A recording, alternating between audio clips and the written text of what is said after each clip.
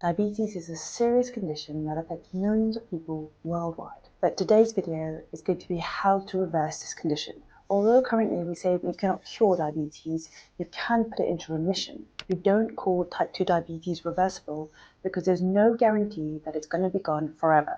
It could still come back later on. But in this video, I'm going to tell you how you can put your diabetes into remission.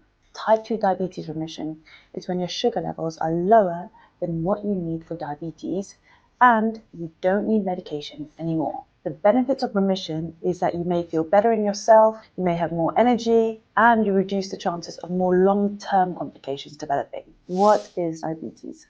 Diabetes is when your blood sugar levels has become too high. There are two main types of diabetes, type 1 diabetes and type 2 diabetes. Type 1 is a lifelong condition and you normally have this from a young age, and it's when your body does not produce enough insulin.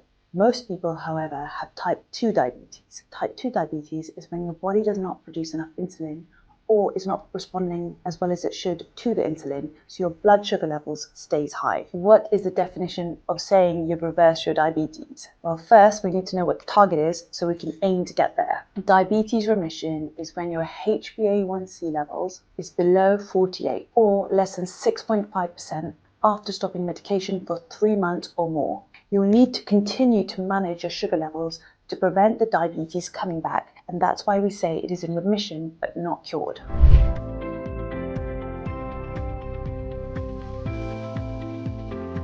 How do you get into remission? Number one, weight loss. You need to try to get to a healthy weight because too much fat affects how your body responds to insulin. Number two, getting physical. Having an exercise routine is important for your overall health, and it also helps to maintain a healthy weight. As a doctor, I often see patients who start saying they're going to do a marathon or they're going to start exercising 7 days a week. My top tips is to start with small sustainable steps. That just might mean doing a walk every day, or taking your dog for an extra long walk at the weekend, or involving your friends and families and doing exercise together, or making sure you do a regular walk with them are great tips for getting started. If you start big goals straight away, it can often make you feel quite defeated when you're not doing or keeping up with your targets. If you start with small steps, even if it's just a 10-minute walk initially, these can help build up confidence as you start to build up your exercise regime. Often my patients also mention to me they're too busy to get to the gym.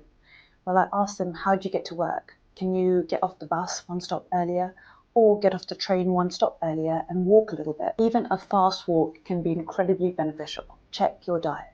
Make sure you're getting all the vitamins and nutrients you need, and having a varied diet is incredibly beneficial. It can be really useful to help maintain your weight, staying strong and flexible, managing your diabetes symptoms like tiredness or fatigue, boosting your overall physical health, and preventing depression and anxiety. A diabetes-friendly diet includes enough calories so you're not left feeling hungry all the time, healthy fats that contain omega-3 like fish, a variety of fruit and vegetables, whole grains like brown rice or brown bread, lean proteins, and making sure you have chicken, or if you're vegetarian or vegan, soy and vegetables. Another top tip is if you're trying to focus on weight loss, make sure you're not having too many fizzy drinks which have a lot of calories, or having regular alcohol.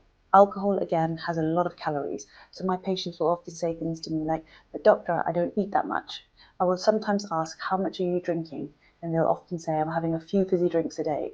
Well, that can be an additional source of lots of calories, so making sure you factor that into your calorie intake. Some of my patients also tell me they're doing intermittent fasting or a ketogenic diet, and my advice is to make sure you speak to a dietitian first, because you need to make sure you're getting all the right food groups and the right amount of calories. You don't want your sugar levels going too high and then too low by skipping too many meals. You need to try to see if we can get it stable so you have a regular source of energy throughout the day. Medication. Medication can play a big part in getting your diabetes into remission.